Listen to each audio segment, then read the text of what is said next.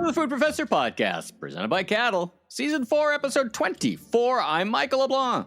And I'm the Food Professor, Sylvain Charlebois. This episode features our very first pop-in, insight, rapid response, hand on the pulse of Canadians research with Colleen Martin from Caddle. Is going to be popping in and joining us a little later in the show. And in this episode, we asked Caddle to find out what Canadians are thinking about ungraded Mexican beef on their shelves. If they know about it, if they care, what do they think about it? Does it impact their purchase decisions? We wanted to know. And it's a rapid response. Caddle just goes in the fields, and they got a huge sample base, and they got us some fun information. So it's a great thing. More than 9,000 people. We're going to be bringing it to the people, you, the listeners, each and every month. So this is the first one. So pretty excited, right? Yes, absolutely. No, it's going to be great having Colleen join us once a month-ish. Once in a while. I mean, Caddle is out there collecting data every single day. So once in a while, Caddle will be able to share with us some great stories. That's right. And we do it all for you, the listeners. Now, one thing you could do for us, if you're a listener, and if you are so inclined, is pop on to Apple, if you happen to listen on Apple iTunes, and give us a 5-star rating, because it would really help spread the word, and it would help our ranking. So take a minute. Smash those 5 stars. Take a minute. We'll wait.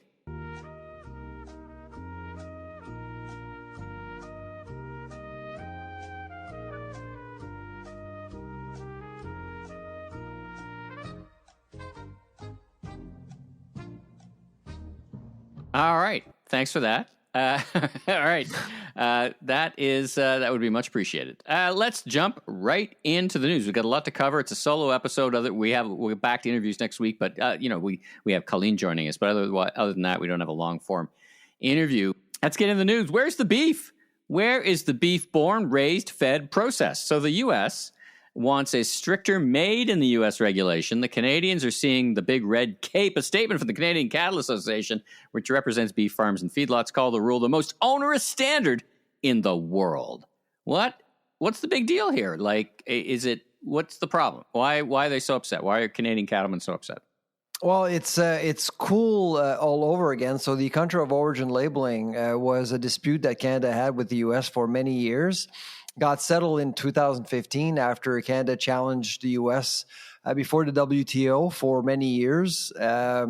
Essentially, it's not as hard as this one, as cool, but still, you don't want right now, because food inflation is such an issue on both sides of the border, you don't want to send certain signals that could disrupt supply chains. So on the one side, you have the Canadian cattle industry being a little bit nervous, hearing or seeing some protectionism. Mm-hmm. On the other hand, I guess on the American side, I suspect that consumers may not actually like this either, because it may actually push prices higher if, for one reason or another, you see more people or more retailers, more companies embracing this policy. But it is a voluntary policy. So it's hard to know for sure how the Canadian cattle industry will be impacted by this policy. It's a softer, much softer version than cool for sure.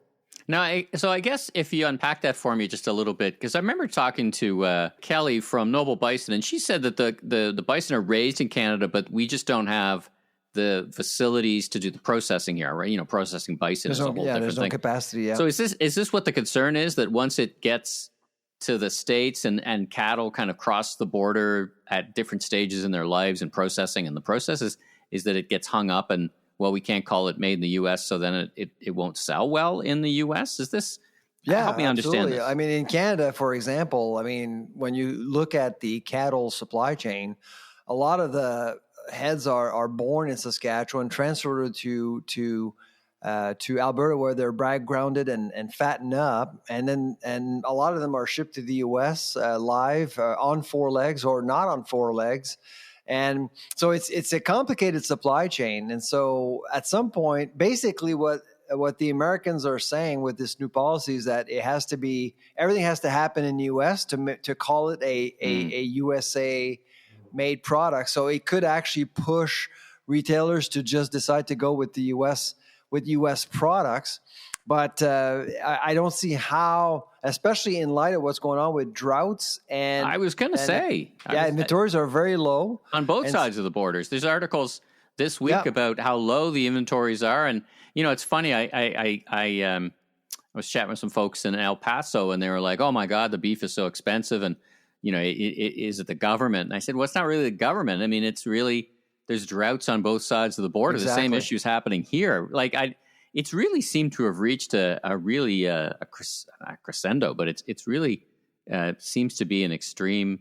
And that's not like, how long does it take before beef is ready for market? I mean, it's a couple of years, right? Like it's 2 years. Yeah, the cycle is very long. So unlike pork or even chicken, the cycle is much longer. It takes a long time for an industry like cattle to recover, and so that's why we're in this for a while. And but the bottom line is that it's just not the right time to send that kind of signal to the market, saying, you know what, we're gonna value U.S. products, and because it's just going to really limit the pool of somebody wants available products. Absolutely, somebody lobbied for it, so it must be better for the U.S. cattle. RCAF is the group in the U.S.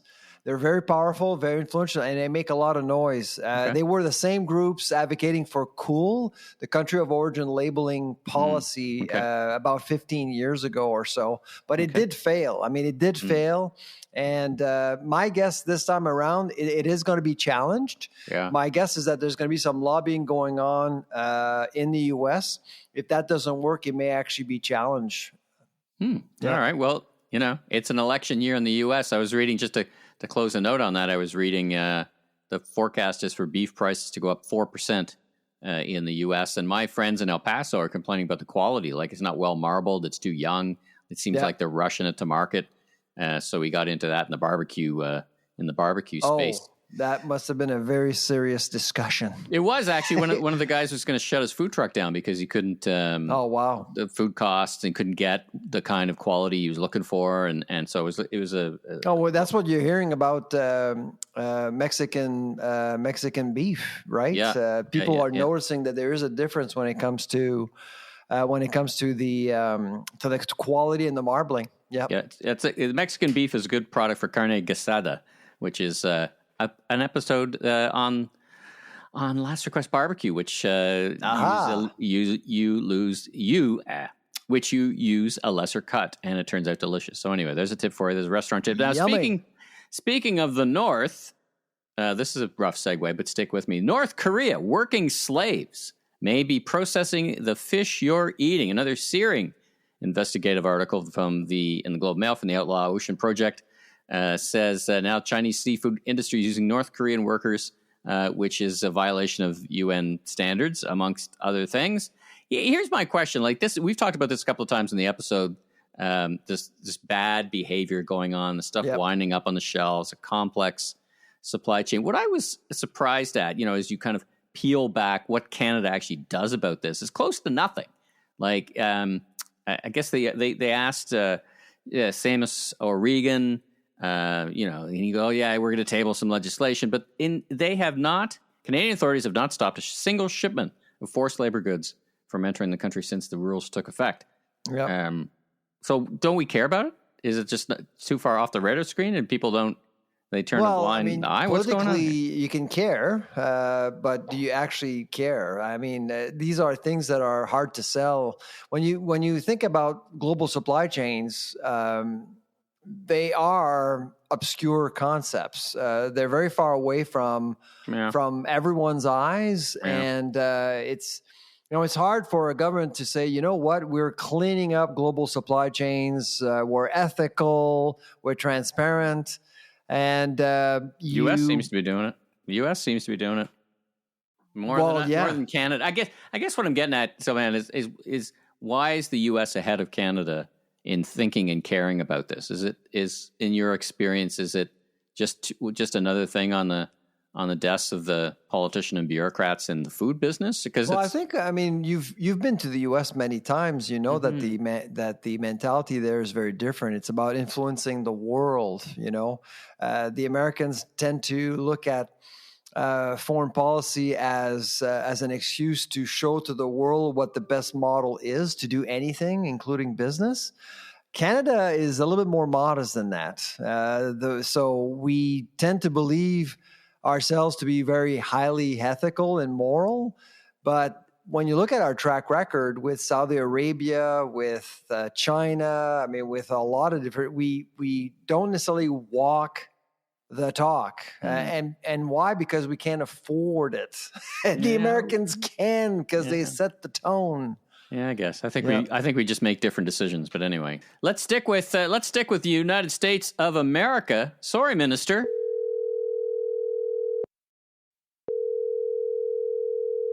Your call has been forwarded to an automatic voice message system. 0. Your call has gone to voicemail. Aldi announces a huge expansion in the U.S., opening 800 stores. What do you think this means for prospect of bringing their hard discounting ways to the Great White North? Well, Aldi has been in the U.S. for quite some time now, and they're very successful. And so apparently they want more of that success. And so it doesn't, I mean, look at the economy in America. The economy is doing very well. And we talked about this last week. The GDP per capita in the U.S. is exploding. You're seeing this week's numbers with the CPI in the U.S. is clearly showing that, the Federal Reserve is having a hard time containing inflation because the economy is so hot. I mean, a month ago, we were talking about cutting rates, and today, basically, we were hearing about, well, maybe we should be thinking about raising rates again. I mean, it's just so strong, and that's always a good sign. It's a good thing for the food industry and for food retailers. If people feel good and when they show up at the grocery store, they want to spend more stuff. In Canada, we have a trading down market. So why would a grocer from elsewhere come into Canada and invest more, including Aldi? Well, it seems to be, that's 800 stores. That's a big expansion for anybody. Doesn't matter how absolutely. global you are. So it does seem to close the door on then coming to Canada for, I'm going to pick a number, 5 years. I mean, it'll be years before they would reconsider something like that. I would bet. Would you agree, or what's your read of the situation? Oh, yeah, no, absolutely. It's a huge commitment for sure. Now, are they actually going to do that? Yeah. Probably. Yeah. I mean, the environment is there. I mean, on the one side, you have Kroger and Albertsons failing miserably with Washington in its attempt to merge. So there's an opening. I don't think it's a coincidence that Aldi is announcing this today. I mean, I think it's all about the environment, the political environment that has actually opened up things for competitors. Well, and they did do an acquisition themselves. I think they bought Piggly Wiggly or some stores in the South. So I think there's also, to answer your question about can they do it, I think there's some rebranding going on, not just greenfield construction of new Aldi. So there's conversions, yeah. Yeah, I think there's a mix. Anyway, so we've talked about these guys. These are discounters, and it doesn't look like Aldi is a good brand in the U.S. It's every time you talk about Aldi, people feel mostly positive about Aldi. That's true. All right, well, let's take a quick break, so to speak. First of all, we're going to hear about Caddle, and then we're going to hear from Caddle. We're going to hear from Colleen Martin. I had a chance to the other Caddle, Caddle. That's right. We're Caddle and Caddle. That's right. So I had a chance to talk with Colleen yesterday, and she's going to give us the flash report about what folks are thinking about Mexican beef. So let's hear all about that. Ever feel like the world of ratings and reviews needed a superhero? Well, enter Caddle, the caped crusader with Canada's largest, most diverse, and daily active consumer panels. That's right, Caddle is not your average podcast sponsor. So why choose Caddle? Because Caddle excels in consumer insights from your consumer, while also blazing trails in the realm of ratings and reviews, pioneering the future landscape of user-generated content. Beyond the valuable syndicated receipt data, they stand as unparalleled collector of reviews at scale, irrespective of category or price point. A testament to their impact, partnerships with giants like Walmart, Canadian Tire, and more. Visit AskCaddle.com now for an exclusive The Food Professor podcast listener discount on your first review or research campaign today. That's AskCaddle.com. Colleen, welcome to the show. Hello. Hello. You're back on already you're going to be a reoccurring guest. This is so exciting. This is our very first one, a rapid response. So how are you? You ask, how are you? We answer. That's what we're here to do. We as this is the first one, as I said, if, the listeners, if they were listening to the episode where we did our interview with you, we said we love this idea that we can. So Van and I can talk about an issue, or an issue presents itself, and then we're like, I wonder if. And this rapid response segment is no different. We were talking a couple of weeks ago, episode ago, about there is the prevalence of, or the appearance of, ungraded Mexican beef on the shelves, and we talked about it in a number of different ways from a industry perspective and from a strategy perspective. But then we were left wanting, like, what do consumers think about this? So we turned to you and we asked you to go find out. So tell us what you did. With the assistance of young Dr. Sylvain Charlebois, he helped us develop some questions, which we ran last week, and I've got the results hot in my hands right now. We asked about a bunch of things. We asked about awareness and safety and intent to purchase. And we even asked some spicy questions about the government's involvement in all this. So very first question we asked them was about, have you seen it? Have you heard about it? And overwhelmingly, 65% of Canadians said no. And I'll just preface this data. And we asked this question last week. We had 9,207 respondents. It's a huge that's a huge sample size. That's a big sample size. That's no big deal. It's just a daily survey. We it's weighted to the Canadian representative sample by age, gender, and province. So this is all very statistically significant data that we can make decisions from. So 65% of people said no, they haven't heard about it. And 11% said they weren't sure, and the balance 24 said they had heard about it. So one of these things about this data, some data always brings up other questions. I wonder if they just aren't noticing it, or it's less prevalent in their neighborhood. But whatever, it's not on most people's radar screen. They're not thinking about it. Not, or they haven't heard the news, or they're getting their news from a different source. But when we after we've asked that question, they were aware of it. And then we asked them, how safe do you believe the Mexican ungraded beef is for consumption? And we had 39.5% of Canadians say somewhat or very safe. We had 28.4% of people saying it was neutral. And then the bottom two boxes, the 32.1% said it was somewhat or very unsafe. Now, this brings up a really interesting topic. Sure does. Are products from other countries considered less safe than products from our own? We see from all of the data that we're polling our consumers that people are buying more local, but does local mean quality? I don't know. Or safety, for that, to your point, right? And is there a difference between different countries? Because, Mexico is not too far from here. A lot of people go to Mexico. Super, super, super interesting. Do you think, what else did you find out from the survey? We're pulling out some numbers, and 32% of people are worried about it. What else did you learn? So from those people, we wanted to understand now, would the knowledge that beef is ungraded from Mexico influence your decision to purchase it? We found that, regardless if you're in the yes, I think it's safe, or no, I don't think it is safe camp, 35.1% of people, over almost 60% of people in the top two boxes said that it would definitely or probably influence their purchase. So they would make a purchase decision based on that information, but currently it's unmarked. Is it too much to infer that decision would be negative? In other words, I'm not going to buy it.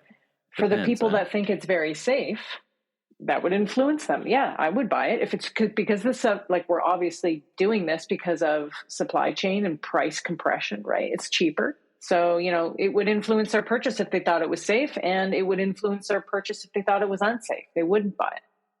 And default to something either Canadian or American or whatever that we're assuming they think is safe. All right. Then we talked a little bit about labeling. We said, how important is it to you that beef products are clearly labeled with their country of origin and their grade? And almost 60% of people said it's very important. And another 22.8 said somewhat. So pretty much everyone thinks it's very important to understand quality and country of origin of what they're purchasing. Yeah, probably no surprise there, right? There's no surprise.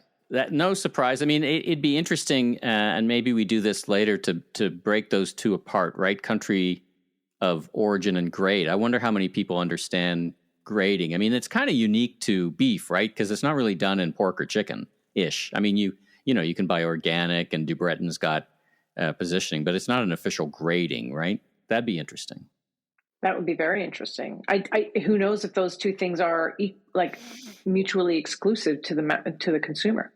Yeah, right on. Like, is beef coming from the U.S. higher quality than Canada? Is Canadian beef higher quality than the U.S., regardless of its grade? And then, that next level in the decision tree, is it grade or is it price? Right. So or it's a country of origin, right? Do I want an Australian grass fed, and I respect that more, but I'll pay for that anyway. It's fascinating stuff. All right, what do you want to wrap up with? I mean, that's any other insights? Last question is my favorite. So when you think of country of origin, safety, really applies to what that consumer thinks the government controls are, right? Because when it all comes down to how factory beef is produced, and different countries have different restrictions, right? If you look at Europe, some of the safest food in the world to eat, and they have very strict guidelines on how you're able to produce certain foods. So we asked, do you believe the Canadian government should implement stricter regulations on the import and sale of ungraded beef from Mexico? So we had 50.8% strongly agree, and another 26.6% agree. So the majority of people want more government involvement in terms of the import and sale of ungraded beef. But again, that's that overlying, like, is the Canadian government, do they have the processes in place to keep the quality of the product better? Or is the U.S. or is Mexico better? Like, how are we gauging the safety aspect of this? And that's wrapped up in Canada's brand as a very safe. I think that it's fair to say Canada has an international brand as a very safe place that manufactures food. Like, our food security is seen to be quite strong. So that's super, super interesting. That would be another great follow-up question, because, protectionism goes both ways, right? Like, if we're only wanting to eat Canadian beef, then the price, you're going to have to pay for it, right? Versus, the Mexican ungraded beef that's coming in at a better price point. But still could be quite, and is. I mean, our grocers aren't going to put unsafe product on the shelf. So, I mean, that's what also wraps around is trust in the grocer, trust in your grocer that they're serving you something safe. Trust the government, trust the grocer, trust, all those other things, right? It comes down to trust. Hey, that's another great follow-up we could run.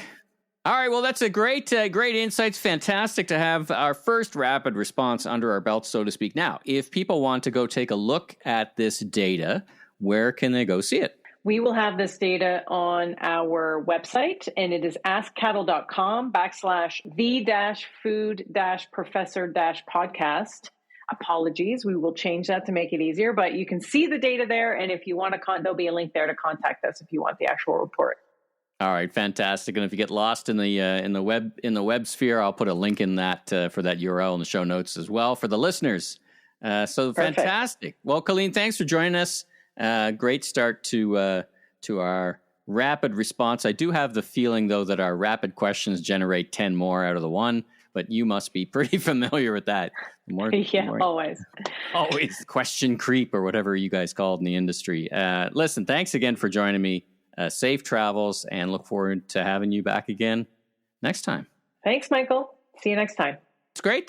So once again, to the listeners, we're going to do this once a month. If you've got some questions that you want answered in such a way, we've got a bunch of them, but if you want us to answer a question, send us a note on LinkedIn or whatever, you know how to get a hold of us, and say, hey, I'd love to know the following thing I'd love to know what my fellow citizens are talking about. So send that information. Absolutely.